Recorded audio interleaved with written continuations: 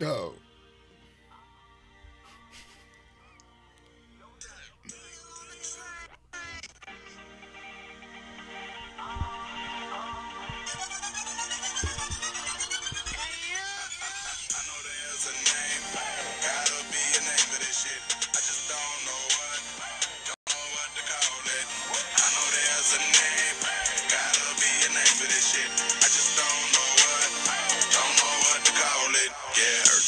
In the last month, live every day like it's the last one. Can't trust nobody. I've been betrayed by every. That can only mean one thing. We're live with Gino. What's up, man? What's up, man? How's it going? You know, going good. So, Dang, dude.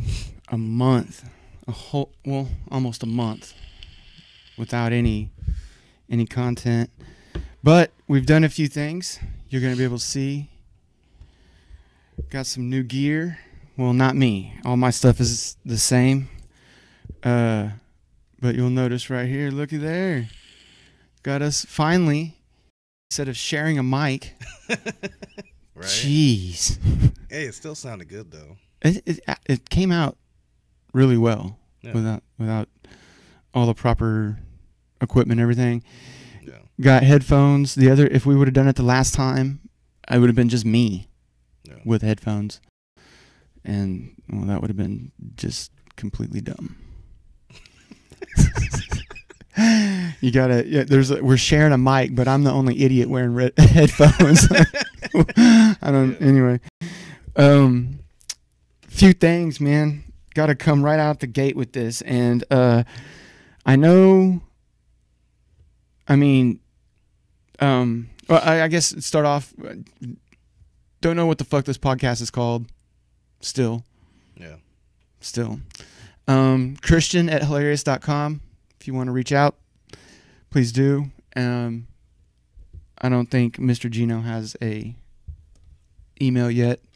No, not yet. But if you have any questions for him, you can always post a comment, at the bottom of the page there, or just send me an email. I'll make sure this lovely gentleman gets it. But yeah, I wanted to talk about right out the gate because I went back and listened to my own content. If I'm gonna be good at this, I'm gonna have to check myself, and already I'm gonna have to check myself pretty hardcore. Last podcast we were talking about the police, and I literally said, I didn't say one good thing, nothing. I said, and I want to say, like I just said, I don't like them. I don't like him. That's the first thing that like right out of my mouth, and then I started talking all this shit about him. And I got to say, I apologize for sure. That's not the case. I think it's their job is absolutely necessary, and if it weren't for them, there's a lot of good things that wouldn't have happened. And yes, I really do. I have the utmost respect for the police force. And I want to also say that I think they have the hardest job in our country. I'll even say hardest job with everything entitled or everything thought about.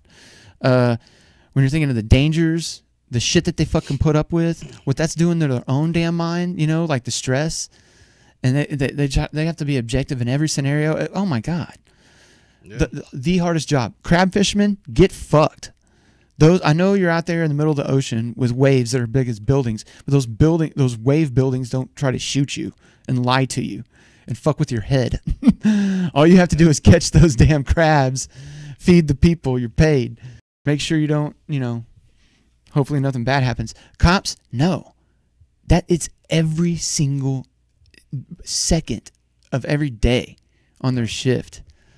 And I got to tell you, man, yeah, I couldn't do it. And when you think about those cops that are really good people that are out there doing it every day, wow, right on, sir. And thank you for everything that you do. Thank all the police force. I get it. It's tough. If you have time on Netflix, have you seen that Flint Town? Yeah, I've seen like one episode of it. Oh my goodness, I understand Flint, Michigan is an extreme example of a city in America.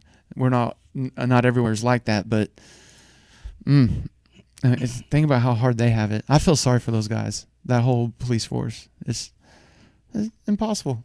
Impossible. It's next to an impossible job. It really is. Yeah. But yeah, so I apologize for saying anything negative about cops, police. I just, I've had some experiences myself that just they weren't the most favorable.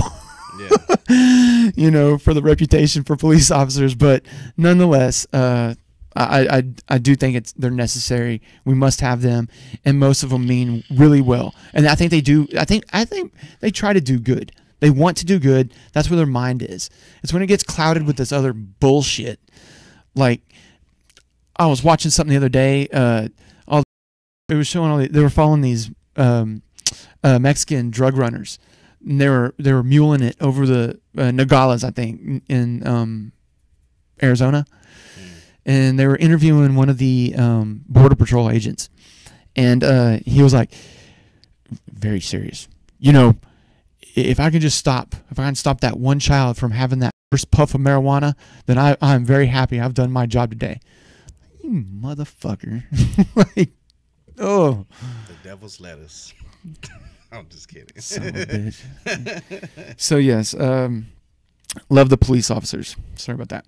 The second thing was I used a term that I'm probably, if there's any listeners outside of the state of Texas, would be very upset about. I used the term retarded, and I'm sorry for using that word, but I did grow up in this state, and we're broadcasting out of the state of Texas. This is one of the few places where you can still say that word, and so apologies on that. I get it, and I shouldn't be saying that word, so I will try to refrain from that. Now, once we got that bullshit out the way,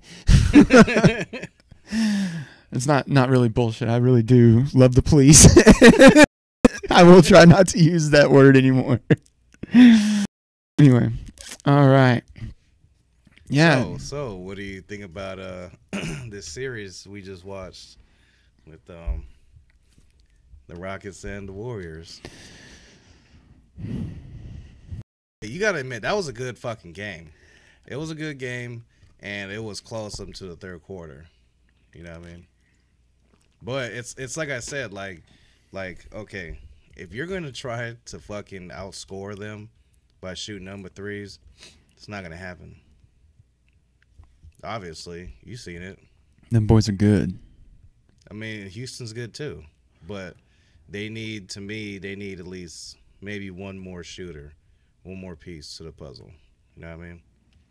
Because they were good last year with Harden, and then they got Chris Paul this year. I think they really just need one more solid shooter. Who's they need consistent. Kawhi. Yeah, I mean, it's a closer move than going to Boston. Yeah. Would you be mad, though, if Kawhi went from the Spurs to the Rockets? I don't think so. No. And no, because that's my bandwagon team. The second the Spurs start messing stuff up, well, I mean, I can't really say that. Here's what I like about Houston. I fell in love with all the sports through Houston. For instance, I learned about football.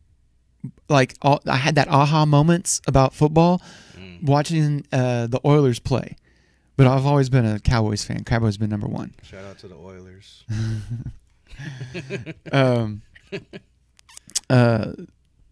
Oilers were number one. Then, of course, I've always liked the Astros. Shout out to the Astros. Hey, I didn't have this podcast going on when the Astros won the World Series. Awesome.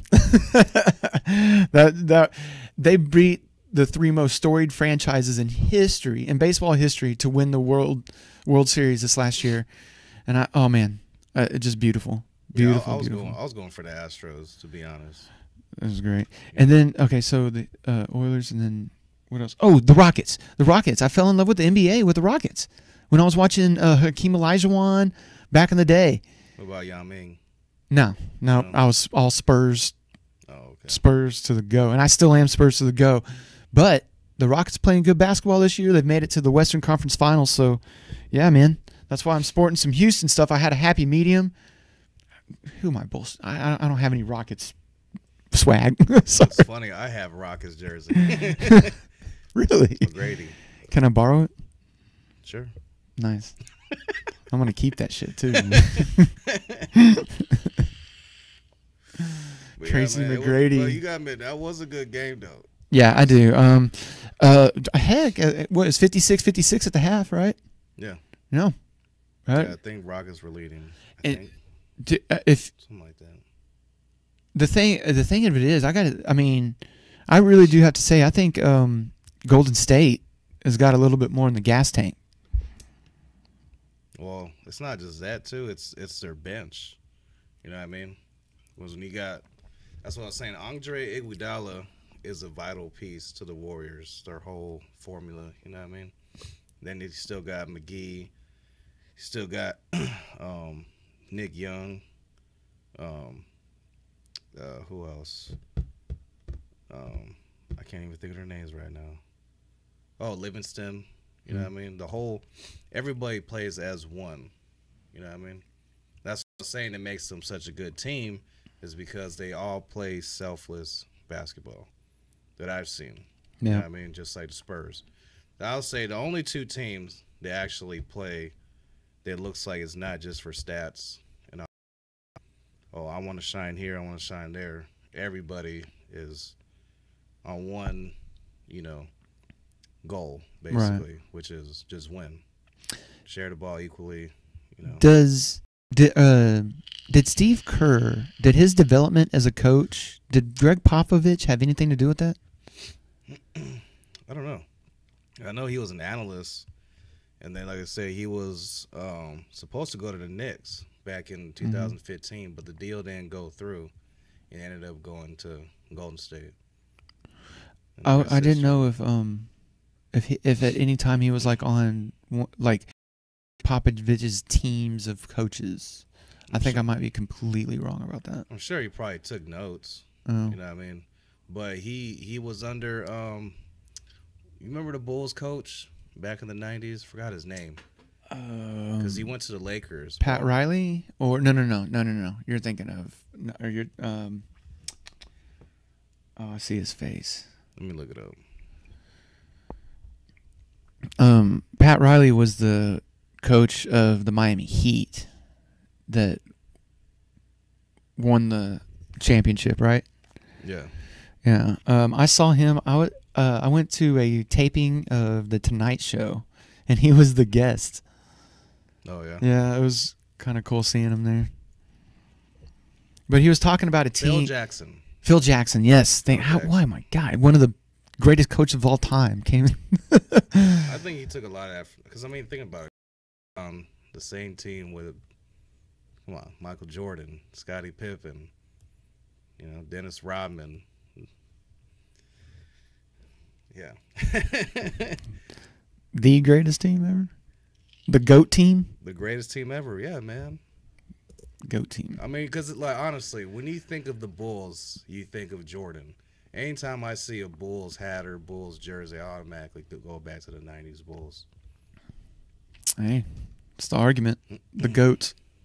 Greatest of all time. Yeah. Yeah, tonight was it's all right. I'm not, like I said, I'm not so invested in the Rockets. I wanted them to win just so I could talk some shit to you. Straight up.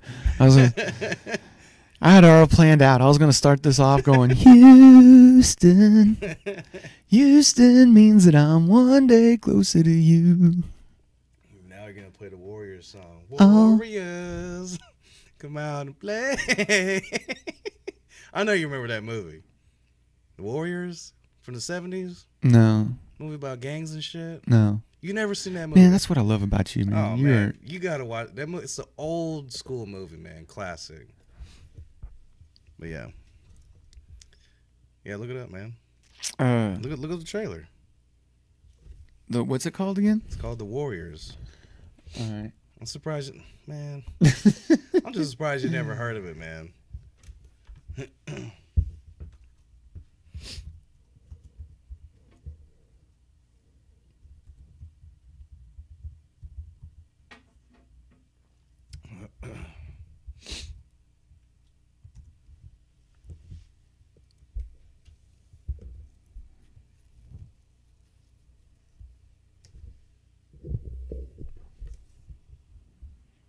Yeah, right there. Who do you know the actors in these or? I know one of them. Forgot his fucking name, but he's still an actor today. The rest of them kind of like faded out. You know what I mean? I'm gonna do some stuff here.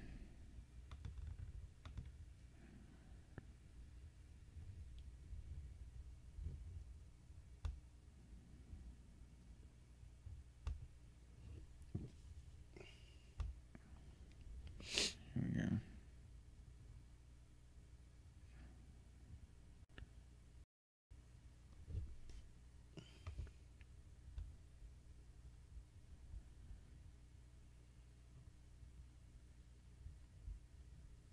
Still learning, folks. Trying to make this better and better. I'll get there.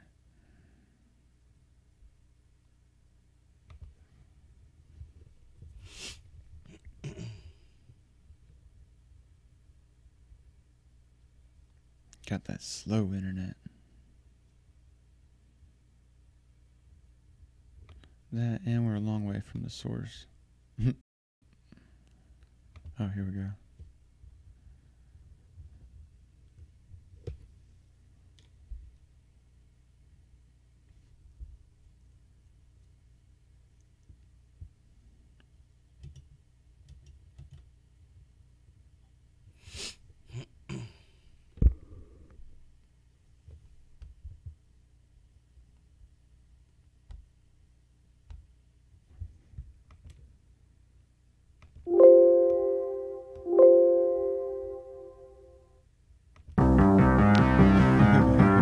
These are the armies of the night. Can you dig it? Can you dig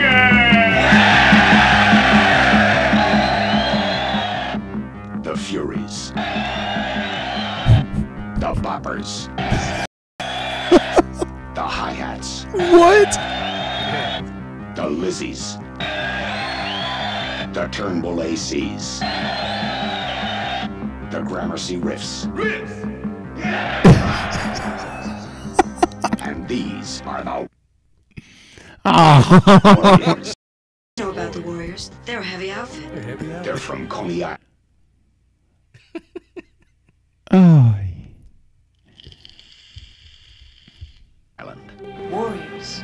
You guys are the big dudes, huh? Now, You guys are the big dudes. I think there's some they're in innuendo. the Bronx, We're going back. 27 miles behind enemy lines. It's the only choice we got. Between them and safety stand 20,000 cops Oh my gosh, that would be a great night and right there. 100,000 sworn enemies. I want them all. I want all the Warriors. Oh goodness. One joint and a night of that with some pizza. Holy shit. Dude, I'm telling you, like, I've watched that movie over. They've got one Dude, way I'd out. be howling. I'd be howling. Oh my goodness. That's hilarious, dude. Yeah, man. So how'd you hear about this? How'd you yeah. I heard about it from my uncle. It sounds like you got a crazy uncle. No, he just always. I was always at my grandma and my uncle's house as a kid, and it would like show me all the old movies, you know, like Terminator. What were those girls called again? The girl, the the Lizzies. Lizzies. What the? I'm not sure that would stand this day and age. That might cause a few problems right there. You gotta watch the movie, man. They're crazy. Oh man, just the stuff that we were able to put on, you know, back in the day. Oh, that yeah, we were talking That about. was the 70s, yeah. Well, we were talking about like those Disney movies, you know, the stuff, right? You know, Disney tries to make it kid friendly, but the actual story that they're based on is just dirty and scary, To say the least, yeah. for sure. You're in Pinocchio when they went to Boys Town or the Paradise Island or whatever, where all the boys went. and they turned into donkeys. Oh.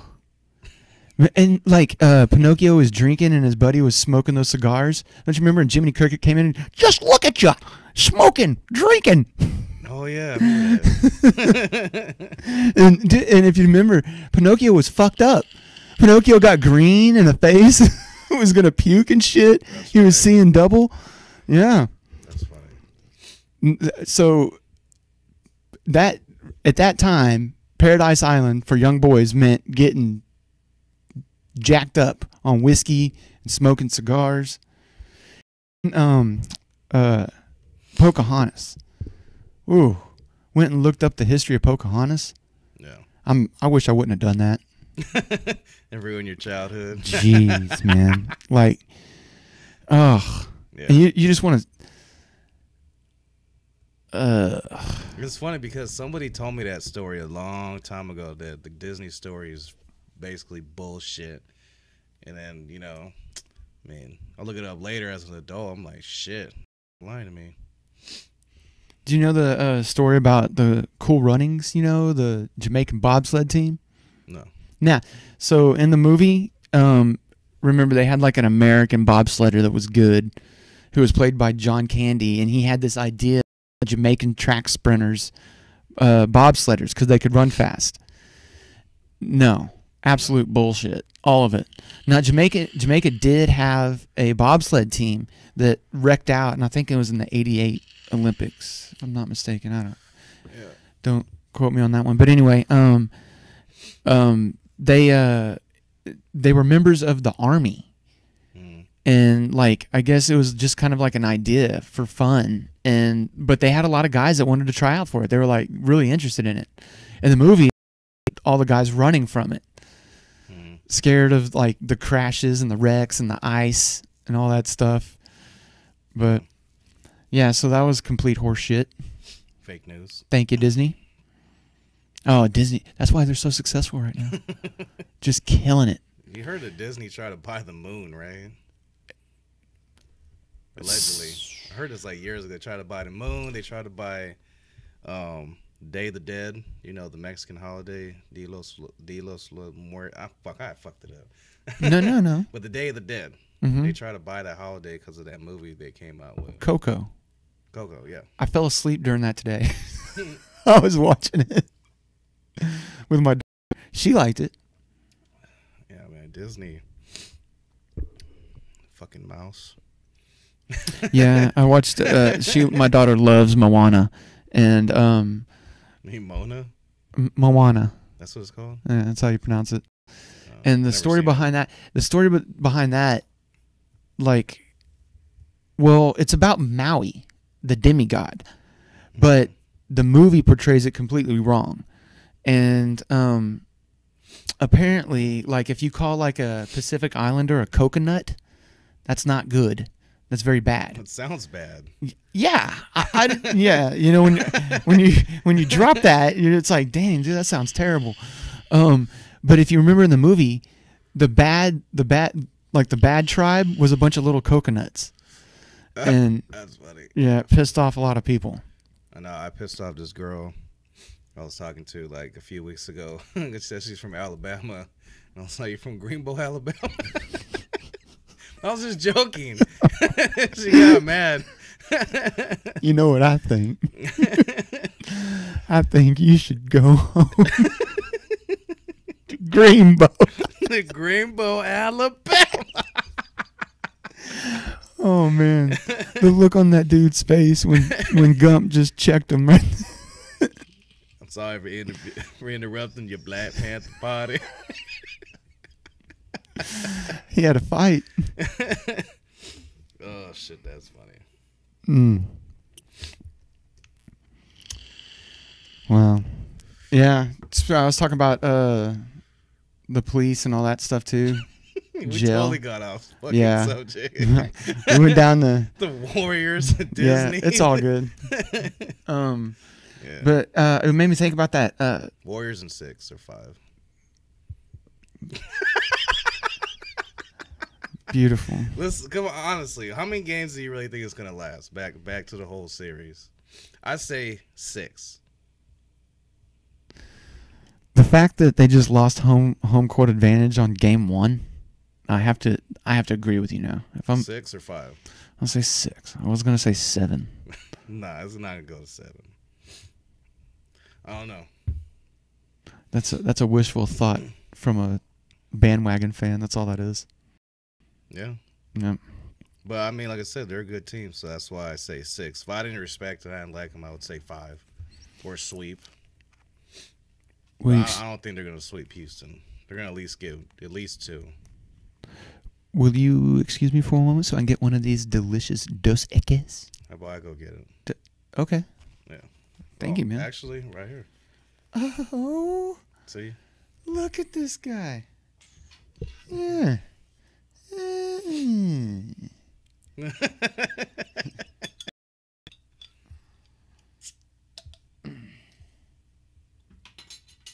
So, on Netflix, there's a show that I was talking about last time. It's called Girls Incarcerated. Yeah. And it's basically those in-betweeners, you know, those 12 to 17-year-old girls that have fucked up bad and they go to little kiddie jail or whatnot. There was one girl there. Her name was Paige McAtee. And she wrote... They had... I don't know. The whole time you're watching her, you could see her have some pretty crazy outbursts. There's one scene where she's like punching the door, screaming, telling her like let her out and stuff. And there's another one where like, you know, she's like, you know, what are you looking at, bitch? And you're like about to probably beat the shit out of this other girl. I don't know. I've never been in little girl prison, but it looked pretty scary. Anywho, when I was watching this, there was nothing that led me to believe that she had an extensive vocabulary or knew how to even put coherent sentences together. And then, I'm sorry, I'm not trying. I'm serious. Anyway, because I'm about to change my tune. Yeah. The girl, she surprised the shit out of me. They had a talent show. At the correctional facility, and she said, "Oh, I love to create things. You know, I want to write poems." And this was just a common case of me being a cunt, where I was like, "Yeah, get the fuck out of here! I don't want to listen to that shit."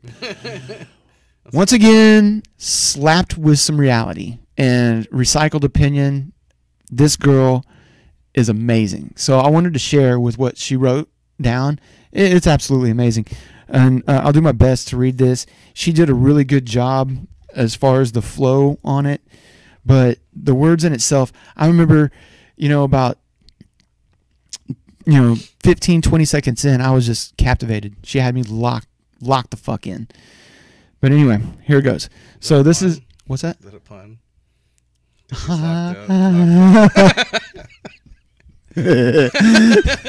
Oh, no pun intended. No pun intended. I missed it. Dang. Flew right past me. But anyway, it's pretty good. All right. This is by Paige McAtee. She was an inmate in a DLC. I don't even know the name of the prison. But anywho, I'm in DLC wondering what I should do, and I know y'all in here doing the same too. Am I changing or not? Because I really can't tell. Maybe I'm putting on a show that I still happen to sell. I want to do good, but it's fun being bad until I get locked up and it's the laugh I regret I had. I'm tired of losing people to bullet wounds. I'm tired of losing people too soon. Because this stuff ain't fair, but it's real in this life. I lost my boyfriend. I was supposed to be his wife. I really wasn't prepared for any of this. And now I keep my tool on me because this city too iffy. I can't go outside anymore without because you will never know when it's going to be your time. Dante was trying to be a good friend and didn't live to see the next day. I remember holding him, trying to tell him it's going to be okay. Then the ambulance arrived and I just sat there and cried. I mean, I tried, Dante. I really tried. I wish you could have lied. Oh, excuse me. I wish you could have lived. Why'd you have to die? I never saw so much pain in your eyes. I remember sitting there and asking God why. But now I'm getting closer to God so I can be with y'all again someday. And I hope y'all be waiting there at Heaven's Gate. Damn. Yeah, that's pretty good. Yeah, she had me moved. And And I think if I remember correctly, she was one of those success stories. She ended up getting out, doing good. She when you watch the documentary, the docuseries, she was another one of those. She wasn't concerned about being a recidivist, committing a crime, and going back to jail or whatever. She was worried that too many people knew too much about her in a neighborhood that she grew up where she goes on the. You regularly hear gunshots and people dying. It's a daily thing. It's normal. And that's what scared her. She's like, I know they want me for whatever reasons, but Yeah. fuck. I never grew up in I never grew up in an environment like that. Ever. I don't know what that's like. I grew up in an environment where like the guns I used were for shooting animals. Yeah. So my rival gang members were furry and had horns on them. And I'd say, they're coming right for us. And just unfucking low. Like fucking you never watched South Park, right? They're coming right for us, Burn. That's right.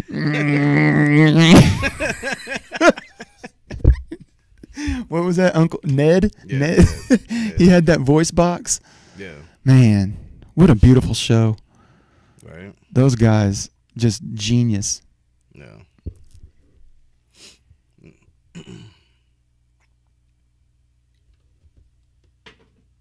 So what else? When we talked about basketball, you want to talk a bit about MMA? I don't know MMA. I know you don't, but you do know that there's a sport out there called mixed martial arts, Yeah. where people get inside of a cage. Sometimes it's a circle, sometimes it's an octagon, and they just beat the shit out of each other. Sometimes. Yeah. If they're not on the floor Well, wrestling. ooh, careful, careful, Nah, sir. I like MMA. Yeah. There's I heard George St. Pierre is coming back. he already made a comeback. Oh, he did? Yeah. After He getting beat up by Captain America. who? Oh, was he in a movie? George St. Pierre was in Captain America Civil War. Oh shit. Hey, it was a good fight though. Well, like, he's got another thing he can put on a notch on the old belt. He's a MMA guy who went to the movies and came back and won. Yeah. The rest of them, that's usually a wrap. Whatever happened to Tito Ortiz? His last fight, I think it was Chael Sonnen. He choked out Chael Sonnen. He gooned him. Oh, okay. Yeah. And did they fight again? No. They didn't fight again. I think that was his last fight. I can't recall, but he retired gracefully. It wasn't with UFC. Oh, okay. Yeah, but yeah, it was all right, man. And I'm a Tito Ortiz fan. I always have been. And you want to know why? It's whenever one time he was a coach on the Ultimate Fighter show one time, and he has a camp up in Big Bear called Team Punishment. We punish ourselves so we can punish others. And he really cares about the development of other fighters, the young guys coming up. I mean, cares. Like, father figure cares. You know, you could tell he wanted nothing but the best for these guys, you know, and that's what I liked. I saw a lot of leadership put in him. I know he's done a lot of dumb, questionable shit throughout his career, but anyway. So this last weekend, we had UFC 224, and dude, I still got it. Let's see, the 5 fights that I was interested in, I called all of them, nailed them. And then there was a few other fights that I wasn't familiar with the fighters. Excuse me. And I missed the calls on a couple of those, but the ones let me just talk real quickly about the ones I did know, and this is cool. So Olenek and Albini, Alexei Olenek, within I want to say it was last year sometime, he completed an Ezekiel choke. It was the first Ezekiel choke ever completed in the UFC. And he was mounted. Do you know what that means? Yeah. Yeah, so he was mounted. He was on the bottom while being mounted and sunk in an Ezekiel choke. What's an Ezekiel choke? So if you're facing me, I'll try to perform this on the mic here. So if someone's facing me, real quick, Alexei Olenek finished the second Ezekiel choke this last Saturday ever. Beautiful. So you're facing this person, and both of them that he locked in happened the same way. Yeah. His opponent threw a hook, and he went in, and the hook missed. It went around his neck. So then he hugged in. Remember, now they're facing each other, almost like they're hugging each other real tightly, like, for Mother's Day. And this arm goes here. This arm comes down. You see me cross over that neck, and you just squeeze right there where the microphone is. You can see is where the person's neck is. And it was the second one, the one he just did on Saturday. You could see the guy didn't really know what was happening. Yeah. And then he sinks it in, and he does that one wiggle. It reminds me of like pulling a fish out the water. It gives that one last, I can get out. No, I can't. Yeah. And that was it. He was tapping quick. So yeah, second Ezekiel choke ever. Do you want to see what it looked like? Yeah. It's beautiful. Let's see. I'm gonna grab another Dos Equis. Get her done. Hey, John Deere.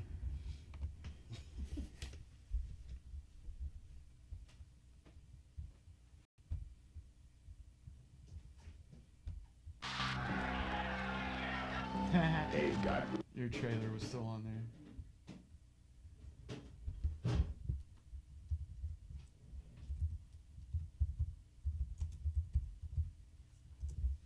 It's hot, dude.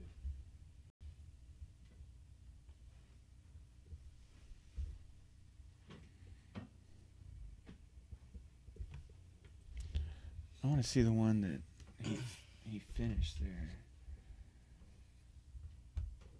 Here it is. Right here. So this is the first one. I can already see it's the first one that he did.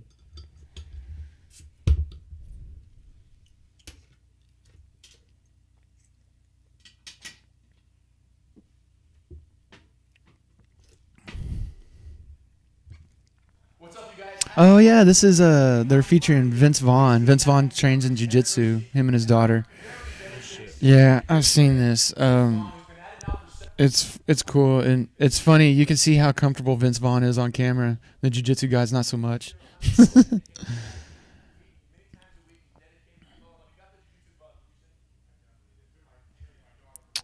Oh, come on. Where's it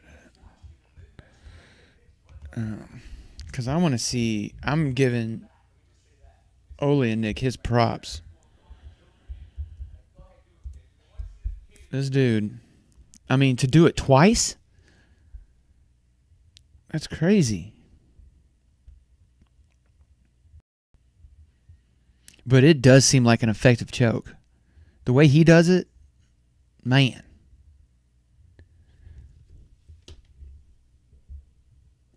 See, he was mounted, and any other being mounted is in one of the worst positions you can be. And he finished the fight while being mounted. You see that?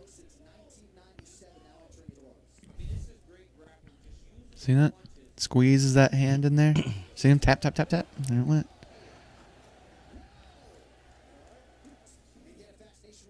Watch this. Watch his right arm. See, and then he holds his right arm. Now it's just a matter of time as he gets it in there. You see that? He got when he hooked him with his right arm, and then he just squeezes his left arm in between.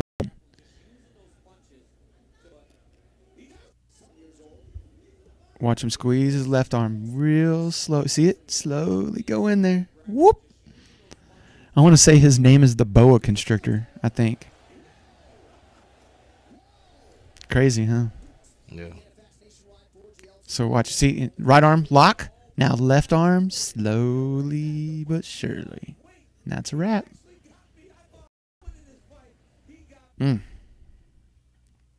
Jiu-jitsu.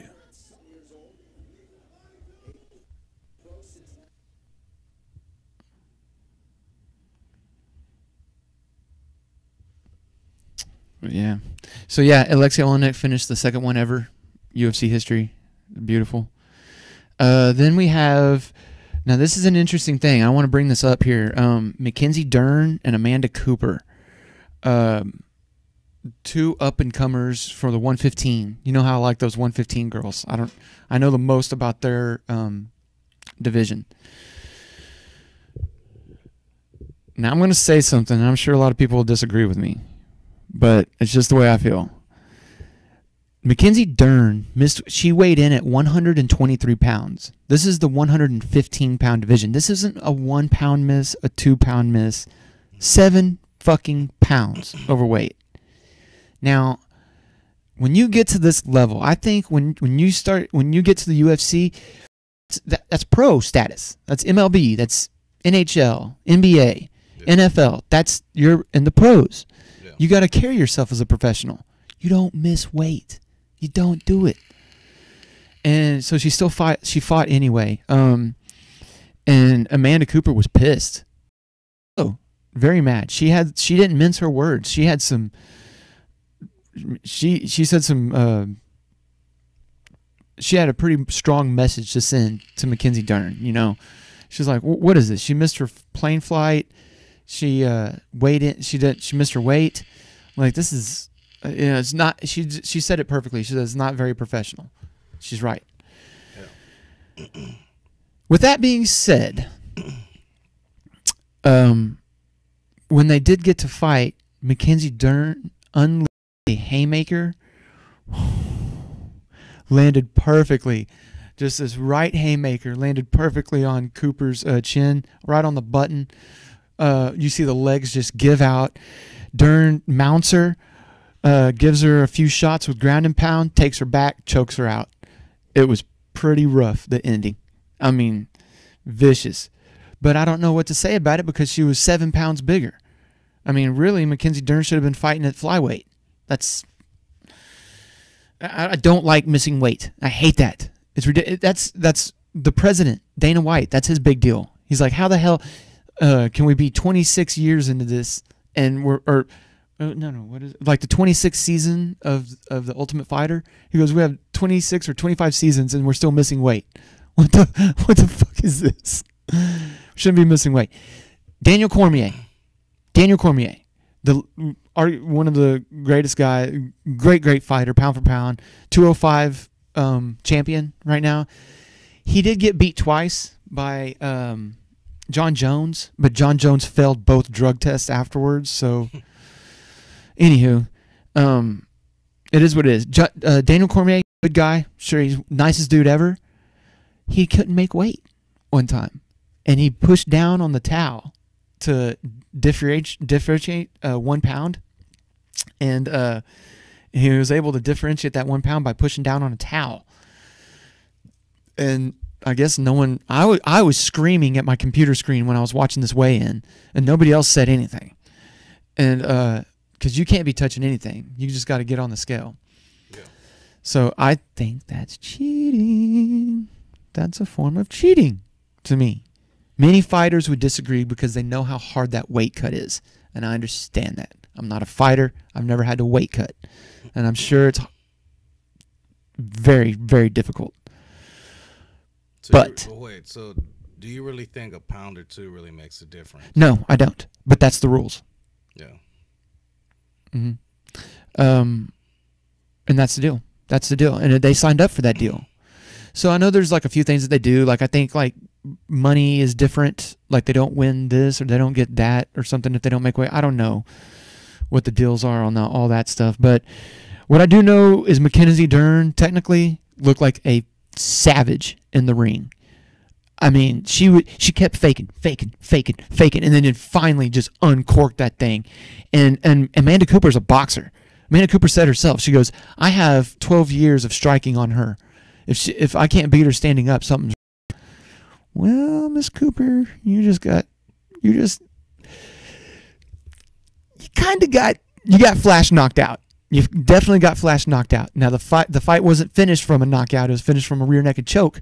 But I mean, I saw your legs completely give out.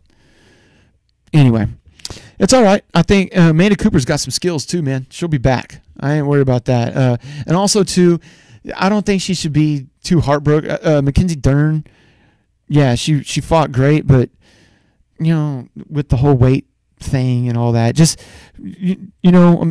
Cooper, just forget about it. Just move on to the next fight. Start whooping some ass. You'll be all right. Lyoto Machida, you know him? Sounds familiar. What about Vitor Belfort? You heard that one? No? Okay, so Vitor Belfort, that's the guy I was telling you about who has fought since like 1998 or 1997 in the UFC. Yeah. Woo! Some miles on that dude. Mini fights. He fought Lyoto Machida. Now, Vitor Belfort said this is going to be his last fight. You know, I'm done after this. I thought Lyoto Machida was retiring too, but I was wrong about that. He's still very relevant. I don't know why I thought that. But anywho, beautiful knockout. Highlight reel knockout. Lyoto Machida kept doing some fakes with his front leg, and then all of a sudden his rear leg comes through with a front kick.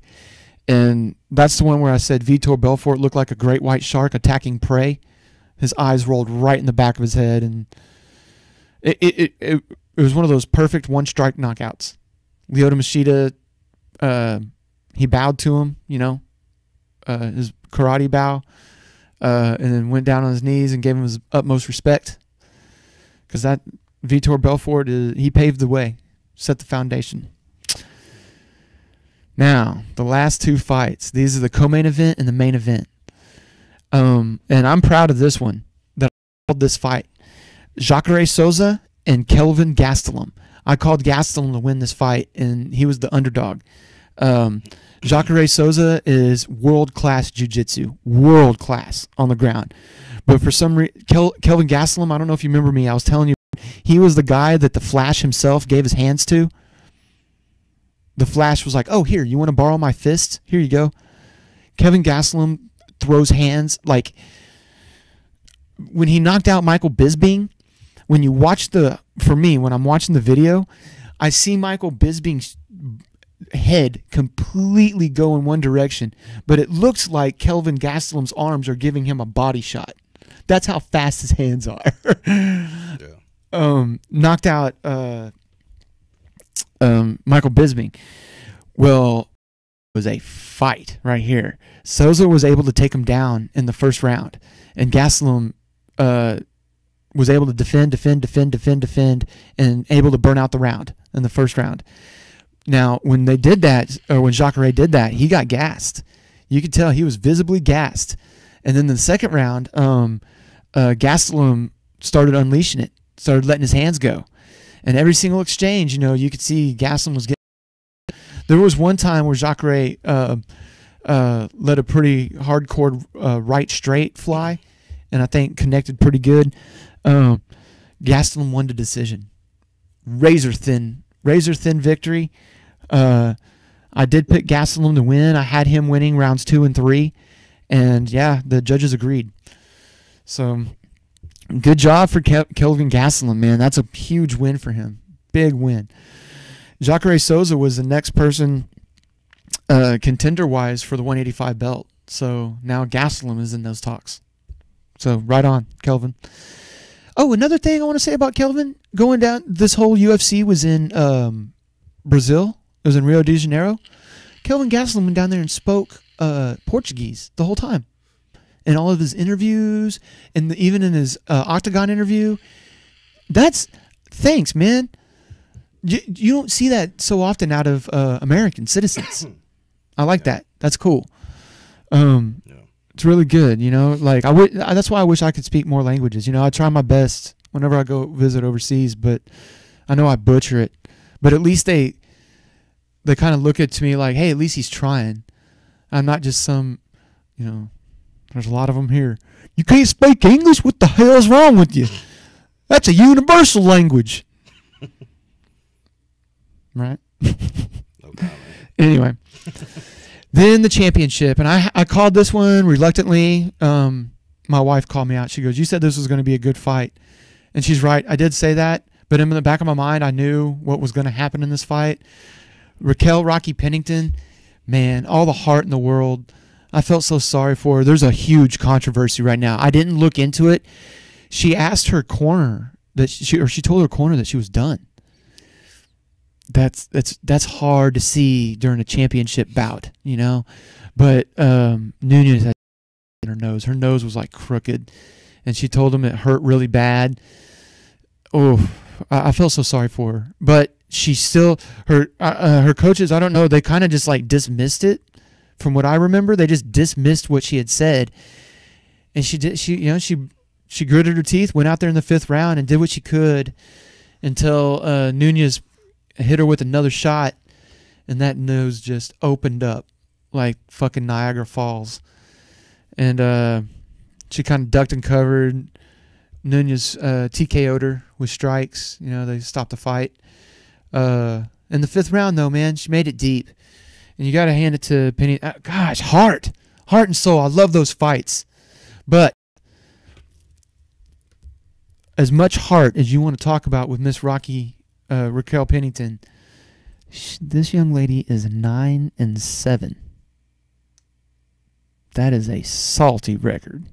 Yeah. I mean, at one point, that's almost 50-50. Getting kicked, punched in the face, kicked in the chest, choked. Tough life. But hey,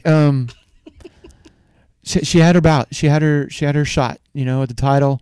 I tell you what, she's going to wreak havoc in the 135 division anyway. I mean, man, some of those counters she threw that landed, you would get a lot out of Amanda Nunez. She would shake her head. She'd go, And usually when a fighter shakes their head like that, that means, yeah, it got through. It hurt, you know. But that's that. Yeah. And that was this last weekend on the fights that I was interested in. There was a lot of other fights, some good bouts too that I know I should be speaking about, and I'm sorry for not talking about you guys, but anyway. You see that chicken dance? Oh wait, yeah. So when I did the podcast before ours, when I did it, I was talking about being chicken legged, and they're talking about Kevin Lee. I got to share this with everybody. This is. Oh my. So this is what I was talking about being chicken legged. It's perfect. Perfect example.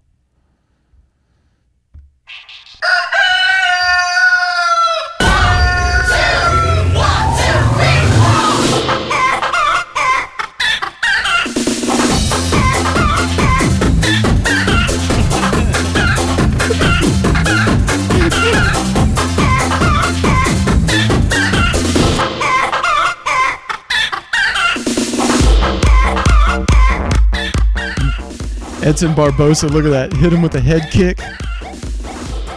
Hit him with the spinning heel kick. Look at that. Oh.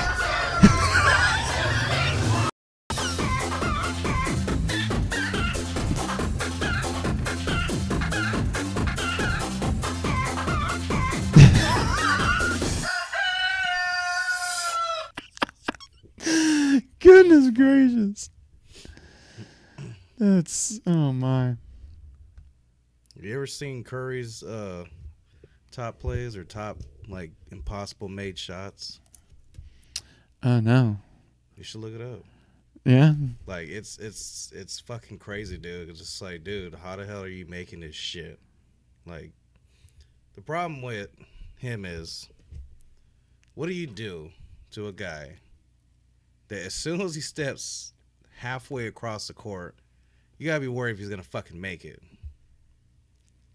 Like, and it's crazy because you can see it in every single game that the crowd in Golden State Stadium, they're already cheering before it fucking even goes in. Like, as soon as the ball leaves his hand, they're already cheering. It's like, he hasn't fucking made it yet. Why are y'all cheering? But that's crazy because it's like, that's all fucking efficient. Consistent, you know what I mean? He was raised by the Globetrotters. Something, man. My homie who's a Piston fan, he's like, he's a fucking living video game. Straight up. That's weird. Have talents like that. Yeah.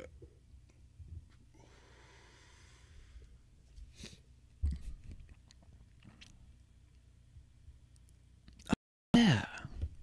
Off subject. I wanted to talk about. God damn, man, it's been so long. 3 weeks without a podcast. We can't be doing. 2 weeks. No, it's 3. 2 weeks. Because remember, it's only been 2. This is the third week. You might be right. I am right. Yeah, my timeline sucks. When you It's have all a good. kid, It's all good, man. timelines cease to exist. You just hope. It's not just that; it's our fucking schedule, dude. Yeah, that's. we're on a different schedule than the rest of the world. Yeah. So, over the last 3 weeks, that would be correct then, right? No, this is the third week. Yeah. So that was the last 3 weeks. Okay, 2 weeks. Whatever. Anyway, so what's up? The fuck ever. Yeah, whatever. It doesn't matter. So, in your part of the country, they had the Golden State Killer. You familiar with that dude? I heard about him. I didn't really look into him though. Dude, just a vicious piece of shit. But he looks like a normal dude. Yeah, and it was a fucking cop. Oh, that's crazy. Oh, here I go again. But see that's the thing though, man, is because all these serial killers, except for the exception of a few, they always look like regular people. When you look at them in the store or wherever, you don't pay any mind to them. Like Ted Bundy. Ted Bundy looks like he could have been a fucking school teacher or a lawyer or an accountant. What was he?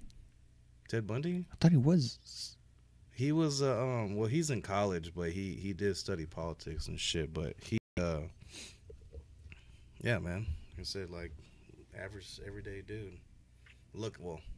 Everyday looking guy, you know what I mean? Okay, so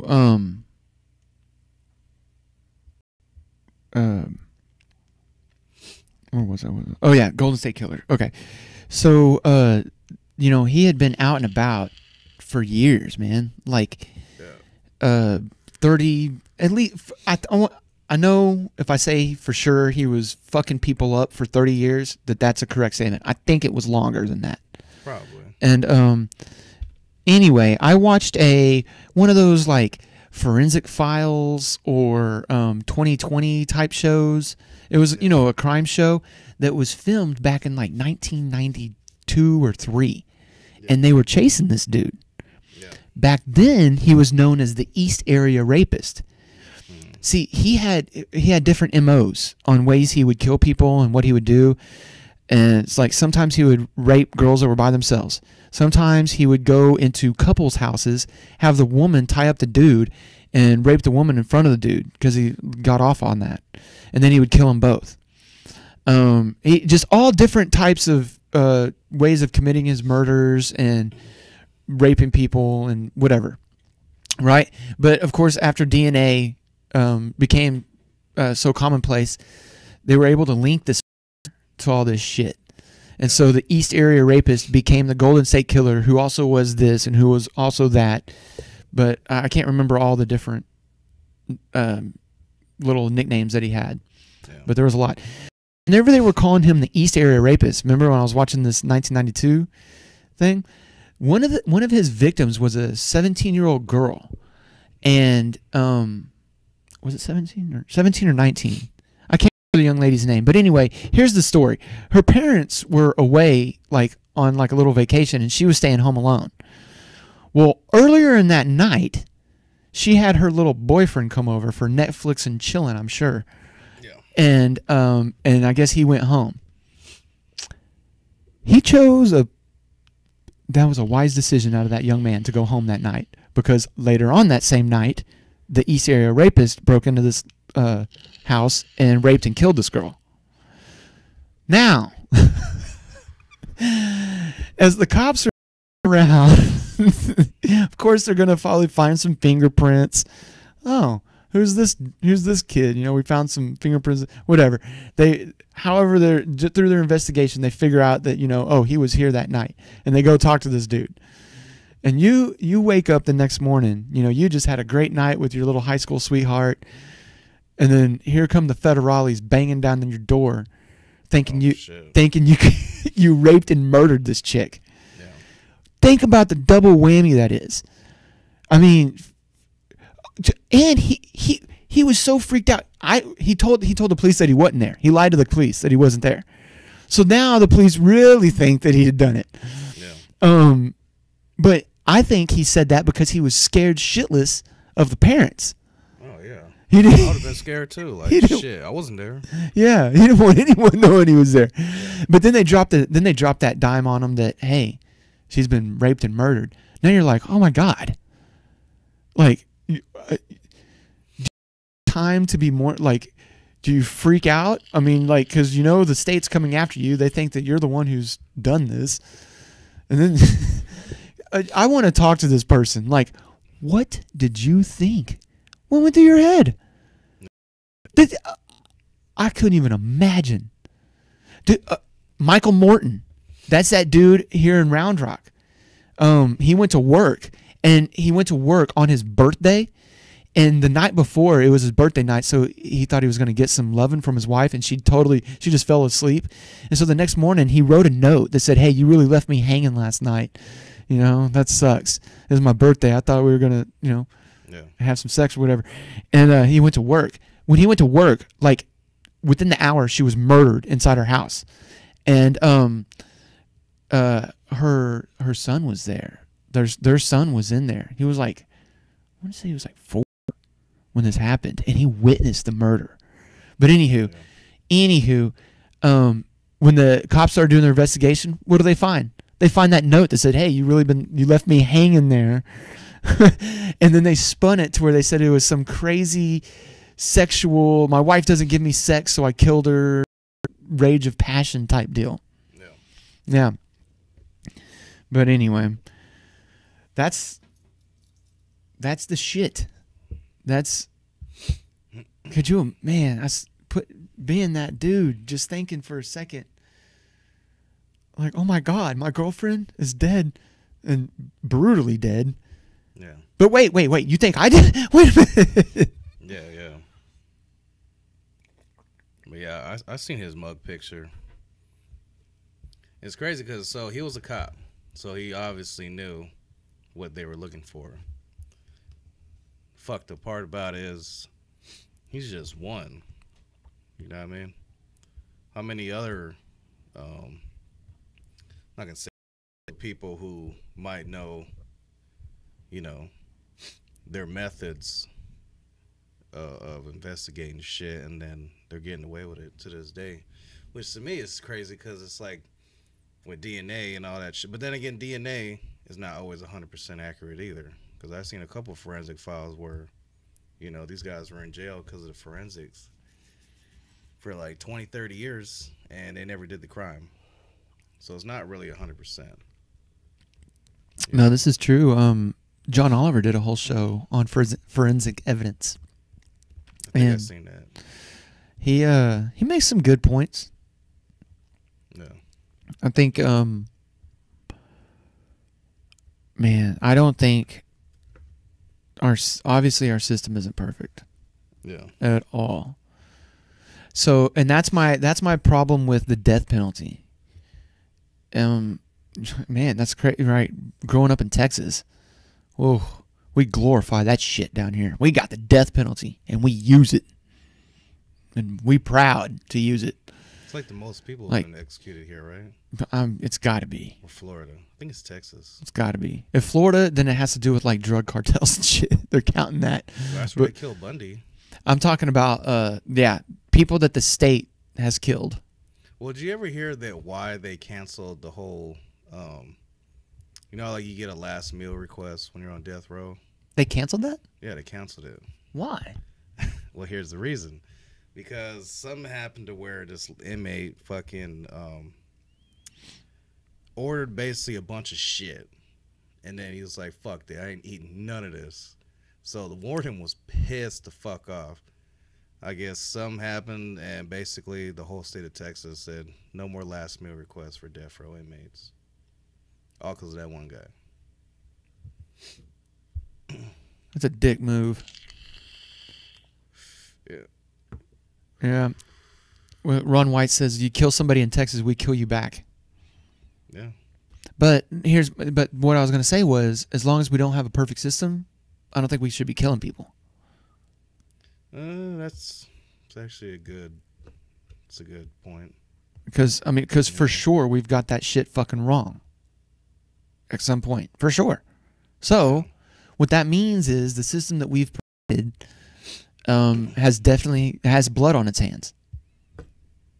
Well, what about giving life to kids at 18 that just made a fucked up choice? Yeah. At 18? Well, 17 in Texas. Man, that's a good question. I think, honestly, unless they're deemed a threat to society, you know what I mean, then yeah, keep them in there for life. You know what I mean? But as far as giving life, for, stupid shit like drug cases and, you know what I mean? I don't think you should be getting life. I do believe there should be more of a focus on rehabilitation. And people fuck that word up. That's the thing. That's the problem. Yeah. Like I'm also watching another thing, Babies Behind Bars. I think that's what it's called on Netflix. Yeah. That one.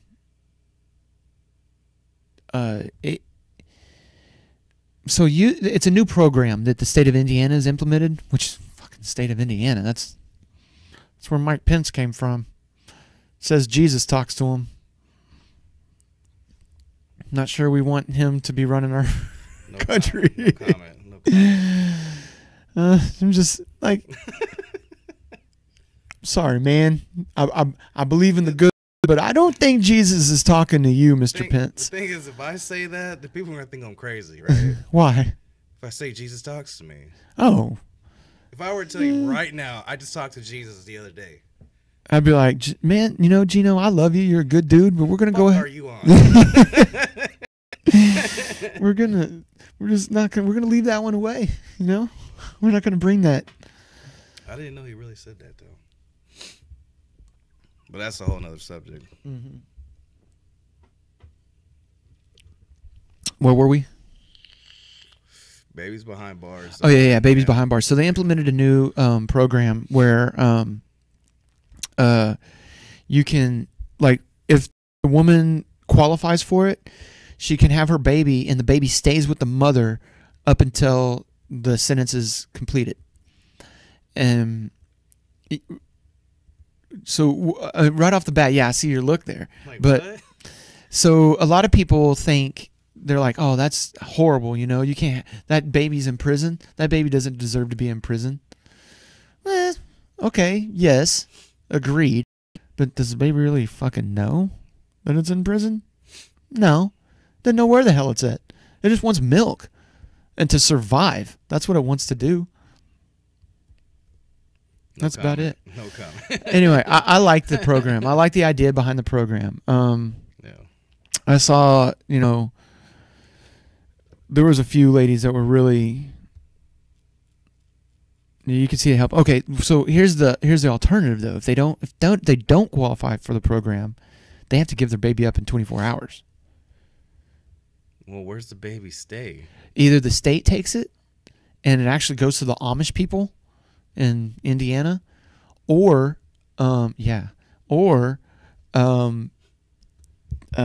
like if they can get a family member to come take the baby or not. This one lady was in there. Her mom said she was going to come get the baby like the day before the baby came. She's like, no, not doing it. Yeah. That's, man. And those are the things that those ladies are having to endure, and that's, fuck, man. Like, how do you? That's why I like the program, because these moms are mothering. They're being moms. Yeah. They're not causing shit. They're not saying, "What you looking at, hoe?" No. You better break yourself, bitch. I'm gonna see your ass at chow. No, none of that's happening. Yeah. It's they're just worried about the child, and they all work together. You can see like teamwork. One lady who I don't think should have qualified for it got the chance, and she just starts crying. And my wife, she was watching. She's like, I don't think she should have got it. And I was like, yes, honey, I understand that, but look at it this way. Look at the news that she got. She didn't think she was going to get the spot because there were too many moms there, and one of the moms got moved to a halfway house at the last second to give her a spot. So she was all to give her baby up after 24 hours, and she got the spot inside the the little mother's ward or whatever. Yeah. And she starts crying. You could tell she was, really emotionally moved by it. And I said, look, honey, this is a woman. You're looking at a woman that doesn't get news like this ever. Yeah. This is one time in her life where, something good went her way. Really good. Now let's just hope she doesn't. Just all you can do is hope she doesn't fuck it up. That's it. Yeah. I felt really happy for her. Now, if I were to look at what has happened now, and if she went home and didn't give a shit about the kid and started using drugs and doing whatever, I'd be fucking furious, son. Yeah. But for that moment, at that particular time, I was very happy for that woman. So I hope it all worked out. But yeah, what do you think about that? Do you think the mom should be able to keep it, or do you think they should jack 4 hours? I don't know. I mean, it's just like, you get these women who fucking give up the baby for adoption, then who's to say that the adopted parents ain't fucked up either? You know what I mean? That's true. There was one of the ladies, she was one of the counselors there in the maternity ward. She was like, what was she saying? One of the ladies, they took the baby from her after 24 hours, gave it to the Amish people, and then privately in her own interview, she was like, I'm pretty sure the child's going to grow up much better now. Just throwing that opinion out there. Look, the lady's a very sweet lady, but you can see her religious ideology. She lets it. Do you remember me mentioning the lady was like, she goes, I just find it so strange. No. That's my baby. That's not my baby's daddy. That's my boyfriend. No. So this lady was saying that. She goes, I just find it so strange when they say that. It's not my baby's daddy. It's my boyfriend. Well, okay. Yeah. In your world. But there's other... just because it doesn't mean that it's right in your world. It doesn't have to be that way. I understand. She's a grown adult. She can fuck who she wants to fuck. Any babies she wants to have, but it's not your position to say, a little bit judgmental. Yeah, I don't know.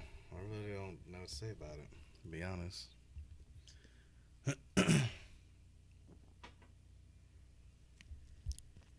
But anyway.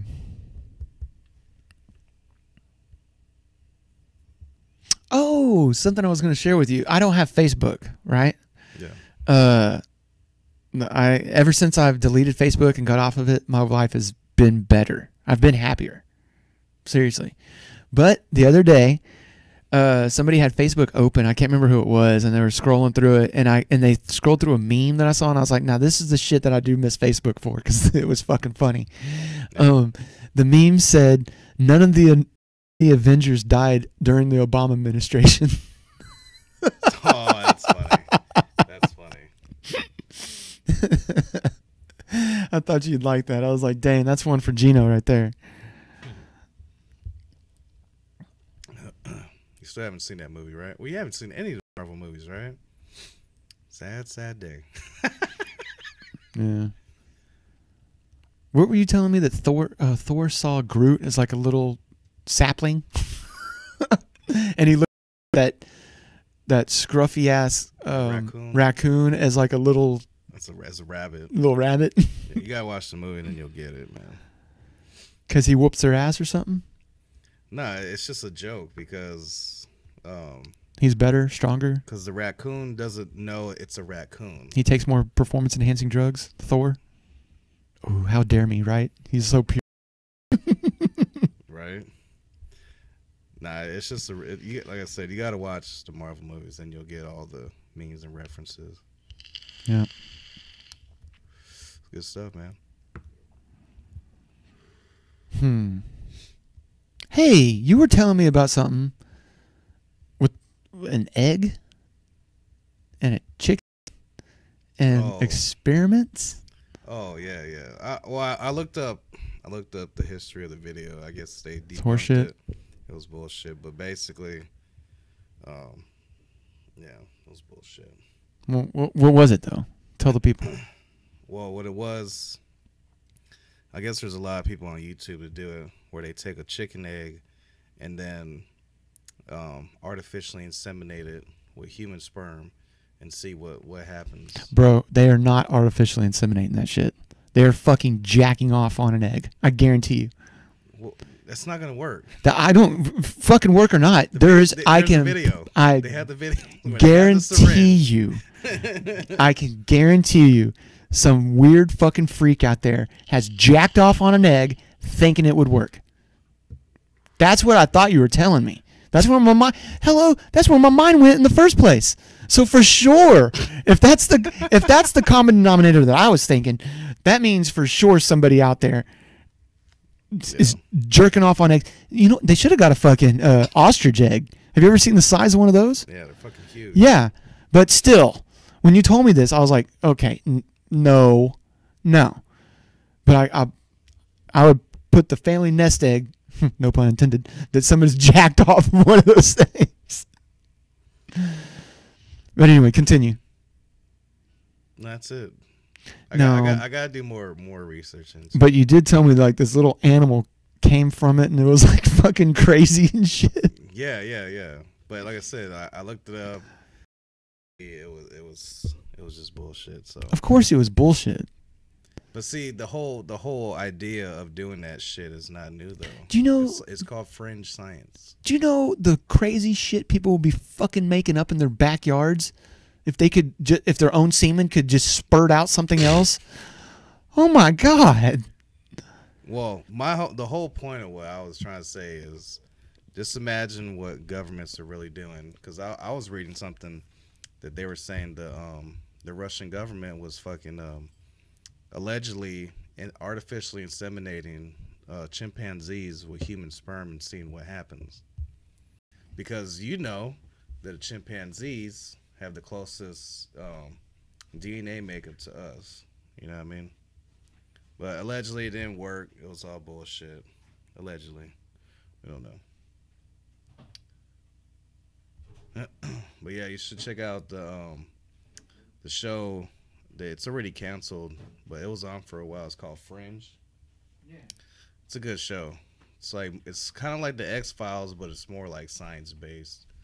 Like, did you hear about that spontaneous combustion case that happened over here in Austin? There's somebody like that they don't know what happened, but they said that the fire was caused by spontaneous combustion. When I was a kid, I heard about all this stuff, and I used to like tell my buddies about it, and they already looked at me like I was that weird conspiracy theory freak. Yeah. Well, look at me now, motherfuckers. Look at our president. They're on my side, bitches. Right. Yeah. No, joking. I'm not. No, that's not my bandwagon. But anywho, damn it, I lost my train of thought there. The halflings leave. Oh man. I mean, it grabs me, and it grabs me at the worst fucking times too. Yeah. But they say marijuana affects your memory. No. Maybe. Yes. No. Yeah. Oh, you were just saying something, and Joe Rogan had a great quote on it. Fringe science. No, it was during that story though. Before, what'd you say right before that though? The the Russians allegedly were experimenting with human DNA artificially inseminated into chimpanzees. That's what it was. Yeah. That's what it was. So you were saying that DNA of a chimpanzee is closest to a human, Yeah. or the human is closest to a chimpanzee, or whatever. Yeah, you're right. It's 96%. Yeah. And Joe Rogan had a quote that said, "Now." It was kind of a message to all the super religious Christian folks out there. He's like, look, I'm not saying God isn't real, but if someone gives you someone gives you a sandwich and it's 96% shit and 4% ham, are you going to be comfortable calling that a ham sandwich? See? Yeah. I was like, that's a pretty good point. Well, that's what I'm saying. Like, if you're familiar with the Sumerian stories of, how they came to be, it's, they artificially inseminated, the Anunnaki, which translates to those who came from the heavens, allegedly came down, artificially inseminated what was on, which was the Cro-Magnon. And then, boom, that's how we came to be. Because if we are from monkeys or whatever, apes, what happened? Something happened. You know what I mean? That 4%. That kick-started our evolution. You know what I mean? Or else every fucking monkey would be turned. Well, we don't have monkeys anymore. They would all be humans. But the what do they call it? The missing gene or some shit, something like that. That's what they commonly phrase as the missing link, right? Missing link. That's what it is. That's what it sounds like. That's what happened. So all the shit's written in stone. Have you heard of the stoned ape theory? No. That monkeys were in the wild eating psychedelic mushrooms, and the mushrooms made them become more aware, made them hunt better, made them think outside the box, and then for some reason, and then the monkeys that didn't eat those mushrooms, they are still monkeys today, and we split off, all due to psilocybin, due to psychedelic mushrooms. It's an interesting theory. Why the fuck it? Entertain that shit. I need to read more about it before I talk about it, and I'd like to. I think it's Terrence McKenna. I think that's his stuff. Yeah. But yeah, I know for sure. And Russia too. They're always doing some funky shit over there. Yeah. For sure, they're trying to make weird monkey people. I could see that. I could see them trying to make like a clone army over there. Yeah. They probably dress like stormtroopers too. Yeah, man. You ever hear about the Russian sleep experiment? I think so. Hit me with it. So basically, they took, prisoners of war. This is around the Cold War or some shit like that. Anyways, they locked them in a room, about maybe 10 of them. Wanted to see what would happen if they couldn't sleep. You know what I mean? All this crazy shit started happening. But they all ended up dying, allegedly, if the story's right. But they said that they were surviving off this gas that they don't know what it was, but the gas was keeping them from sleeping. You know what I mean? And allegedly, it got to the point where they stopped eating, stopped drinking water, and some of them committed suicide, some of them turned to cannibals, some of them fucking just, everyone basically lost their minds, But it got to the point where they were begging the scientists to fucking keep the gas on. They didn't want to go to sleep. They just wanted to stay awake. You should look it up. Yeah, that's Probably just a story. Incredibly bad. Is lack of sleep. Yeah. Both of us, I know we both work on third shift is what they call it, or night shift. Yeah. We are fucking our shit up more than I mean, like just horribly. Yeah. We have like a 300% of risk, higher risk of like Alzheimer's diseases, cancer, heart disease, obesity, across the board. Absolutely horrific. I always thought, like, it made me think too. It was in 2007. I thought it was just recently, but in 2007, the World Health Organization recognized third shift as a carcinogen. What the fuck? Why does that sound? That's what's in cigarettes, right? A carcinogen is a known cancer-causing agent. Okay. Yeah, it sounds familiar. So, okay. So now what it is now I understand we chose what shift we wanted to work, but I do believe differential smifferential. Fuck that. Yeah. I would like to see, because I don't know about your shift, but on my team, every fucking person is like hospital here, had been in the hospital, most likely going to be in the hospital pretty soon. Just and it was funny. One of the sickest guys in there started. What did he say the other day? Oh yeah, I was telling this story about how working third shift is incredibly horrible for you. And he was like, "Well, I've been doing it for 30 years, and it never." He's saying this as he can barely even breathe from like whatever the shit's choking up his chest cavity. And I go, "What, really, dude? You are you are just the embodiment of health, and you're sitting here telling me, come on, man." Well, some of the senior guys, the older guys on your team, just health issues. they look like the Walking Dead. I mean, it's horrible.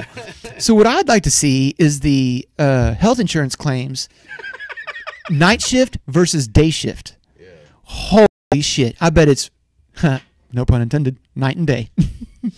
Yeah. I mean, I don't know. Look, I'm not planning on doing this shit forever. if you went to a job that said, "Hey, clock in, there's your pack of cigarettes, you can't clock out until that fucker's done," you'd be like, "This is insane." No, I'd actually enjoy it. I like cigarettes. I'm fucking with you. What's another? What am I trying to think of here? If you worked at Chernobyl, Oh, right. Yeah. here, clock in, walk around in this radiation all day. Yeah. I mean, it's almost the same thing. Like, the human mitochondria is not built to be nocturnal, and everything just starts fucking up. Not only that, like I can see my eating patterns too, and I think it affects my like attitude. I think I snap a little bit faster from working night shifts. I see it all the time.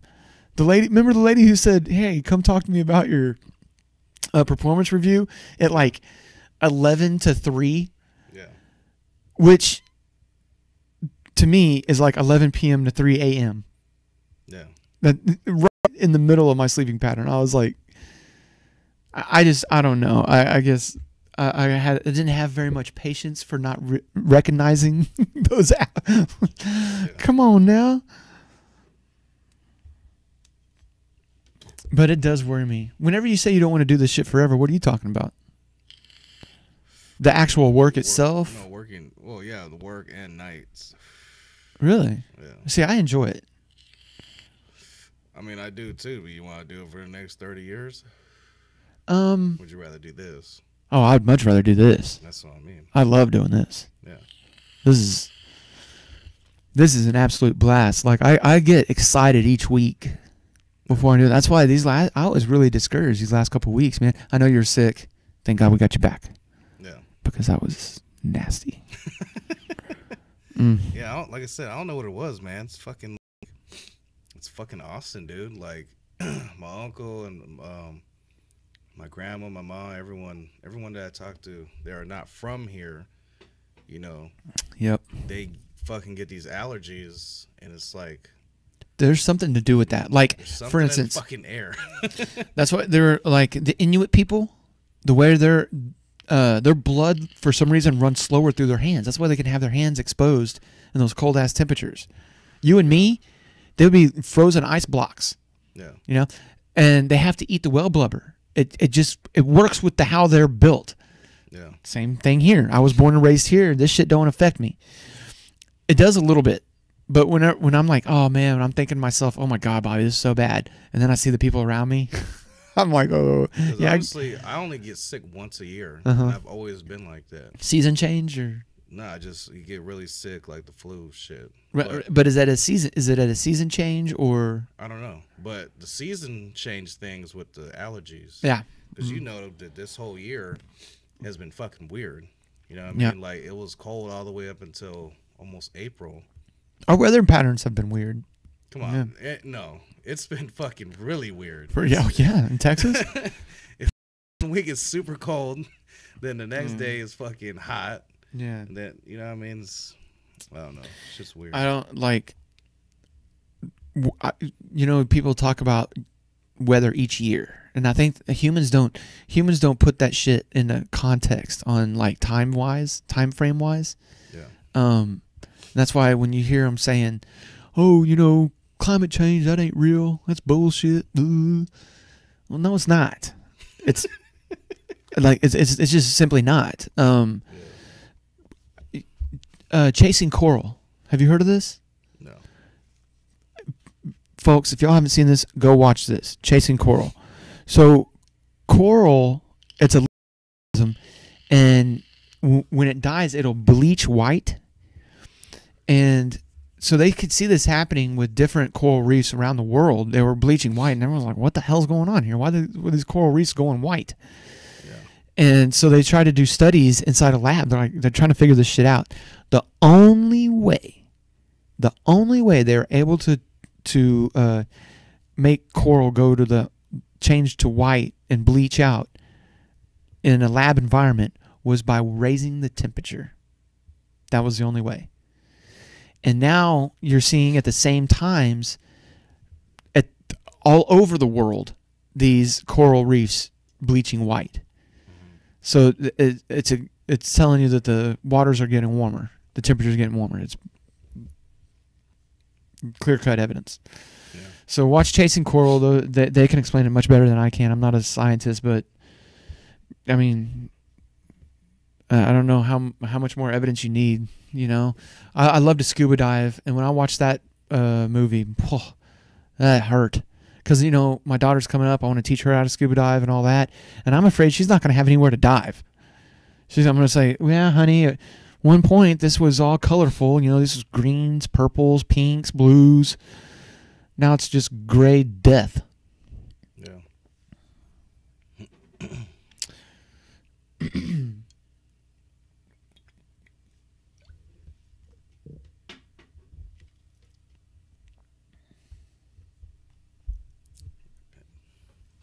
Get her done, man. Yeah, I know. We do this all the time.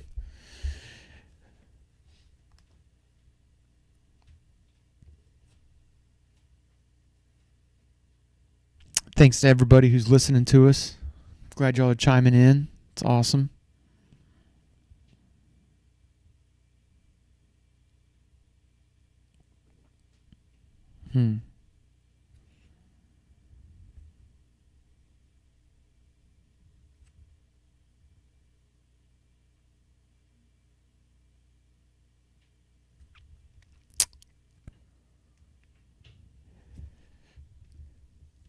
Yeah, I hope we can get some guests coming on here. Like to have a lot of friends. John, got to get you out, buddy. I know you're my MMA guy. I need an MMA personality. I'd like to discuss that. I know there's a few people here in Austin that I'm in contact with. I'd like to get on. I noticed, I've already been asking a few people, trying to schedule them and everything. Nobody wants to put their stuff out there. They don't. For some reason, the thought of speaking to the earth just really freaks them out. I don't know why. I feel like I could talk to a whole crowd, but there's not a crowd right here in front of me. I'm not seeing that. I know it's out there. I know you could see me if you wanted to, But this computer gives this weird, like, I don't know, like this weird barrier, you know? I'm talking to billions of people right now. I'm talking to billions of people right now, and I don't feel fazed by it at all. Imagine, you couldn't do it. I don't think you could do it. There's no way. But imagine, like, let's just go somewhere out in the middle of Kansas and make yourself like a stage, and then put 1 billion people just going as far back as the eye can see, and speak to 1 billion people. I wonder what that would feel like. I wonder what that would look like. It definitely wouldn't look like this in the comfort of my little handmade studio.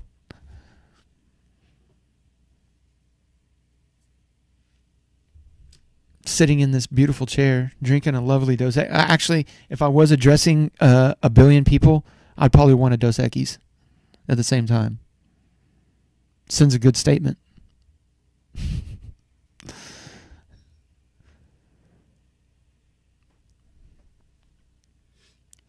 I was sitting here talking about what it would be like to actually speak to 1 billion people. You know what I mean? Yeah. Because, like, we're talking to billions right now. Yeah. And okay, I think you got those backwards. Oh yeah, you're right. My bad. So, like, right now, we're speaking to billions of people, right? Yeah. 7 billion people on the planet. If they want to, they could see this right now. They wanted to listen to us. Yeah. But, like, the feeling, I was like, damn, so what would it be like if I actually stood on a stage and I was looking face to face at 1 billion people and speaking to them? Would it be any different? No. Depends on your comfortable, your level of comfortability. Level of comfort? Yeah, level of comfort. You ever, like, gave a speech? I have. Yeah. It didn't bother me too much. But I know when I'm doing speeches, I need to be more prepared. Yeah. Like, I can't just Freestyle. freestyle it on this one. I don't know. Not if I'm facing 1 billion people. Yeah. Think about what that would look like. I said we could just go out in the state of Kansas somewhere in the middle of Kansas. It's flat. Yeah. Put 1 billion people there and just let me just talk to them. You want to hear something funny? Yep, always. So, I was watching this video about Hitler and shit, and they were saying that he actually Nothing funny took, about that, sir. No, that I'm joking. he was giving, like, you know how let's be honest, all set aside from what he did, he was a good public speaker, right? He got people really riled. He got people really. Well, I'm saying he grabbed people's attention. Obviously, yeah, like somebody else we know. He got the reason why he got to be that way is he took acting lessons. Mm-hmm. See, they didn't have the WWE back then. Exactly. They didn't have The Apprentice. And here's one funny thing. Did you ever hear that he suffered from gastric some shit? Basically, he had problems with farting. I bet. It's all them bratwurst, motherfucker. Them sauerkraut sandwiches, man. Well, the guy making the video was saying, just imagine where he's giving one of his speeches and the whole time he's just farting and shit. Also, too, he was using methamphetamines. Yeah.